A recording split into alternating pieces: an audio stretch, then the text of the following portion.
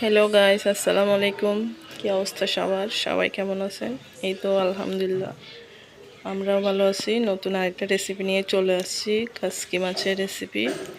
এটা হচ্ছে নদীর ছোটো মাছ, সেটা অনেকে সবাই পছন্দ করে। আজকে আমার বয়সটা একটু আমার সর্দি লাগছে, তাই একটু কম বোঝা যাচ্ছে, সবাই কিছু মনে করবেন না। দেন এরপরে হচ্ছে আমি কড়াইতে পরিমাণ মতো তেল দিয়ে দিছি। এরপরে হচ্ছে বড় সাইজের একটা পেঁয়াজ কুচি দিয়ে দিছি, একটা টমেটো কুচি দিয়ে দিছি। দিয়ে দেওয়ার পরে সবগুলো ভালো করে একটু নেড়ে চেড়ে নিব। যখন একটু ভালো করে হয়ে যাবে তখন এখন আমি যা যা উপকরণ লাগে সবগুলা দিয়ে দিব। দেন এখানে হচ্ছে চায়ের চামচে আমি আধা চামচ হলুদ গুঁড়া দিয়ে দিছি। দেন হচ্ছে চায়ের চামচে আমি আধা চামচ মরিচ গুঁড়া দিয়ে দিছি। এরপরে হচ্ছে পরিমাণ মতো করে লবণ দিয়ে দিছি। লবণ দিয়ে দেওয়ার পরে হচ্ছে আমি সামান্য করে পানি দিয়ে সবগুলো ভালো করে কষাই নেব। পানি দিতে হবে, নাইলে নিচে লেগে যাবে, তার কারণে। দেন এরপরে হচ্ছে এগুলো আমি 5 থেকে 10 মিনিট কষাই নেব, কারণ হচ্ছে যাতে করে মরিচের গন্ধটা চলে যায়।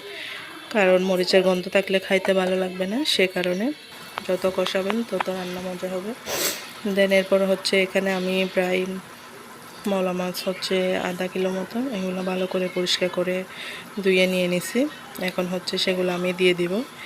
দিয়ে দেওয়ার পরে আমি সামান্য করে পানি দিয়ে দিব। পানি দিয়ে হচ্ছে 5 থেকে 10 মিনিট রান্না করে নেব। বেশিক্ষণ রান্না করব না, কারণ বেশিক্ষণ রান্না করলে হচ্ছে সেগুলোর স্বাদ নষ্ট হয়ে যাবে, কালারটাও নষ্ট হয়ে যাবে, সে কারণে তাড়াতাড়ি নামাই ফেলব।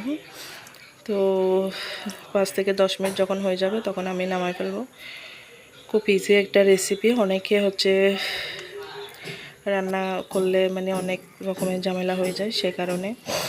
তো আমি খুব ইজিভাবে রান্নাটা আপনাদেরকে দেখালাম। এরপরে হচ্ছে দেন আমি 3টা কাঁচামরিচ দিয়ে দেব। দিয়ে দেওয়ার পরে ভালো করে সিদ্ধ করে নিব। দেন এরপরে হচ্ছে আমি ধনিয়া পাতা দিয়ে পরিবেশন করব। তো আপনাদের আমার রেসিপি ভালো লেগে থাকলে আমার চ্যানেলটা সাবস্ক্রাইব করবেন, আমার পাশে থাকবেন। ইনশাল্লাহ সামনে আমি নতুন রেসিপি নিয়ে হাজির হয়ে যাব। এই পর্যন্ত সবাই ভালো থাকবেন, সুস্থ থাকবেন। আবার দেখা হবে। আসসালামু আলাইকুম।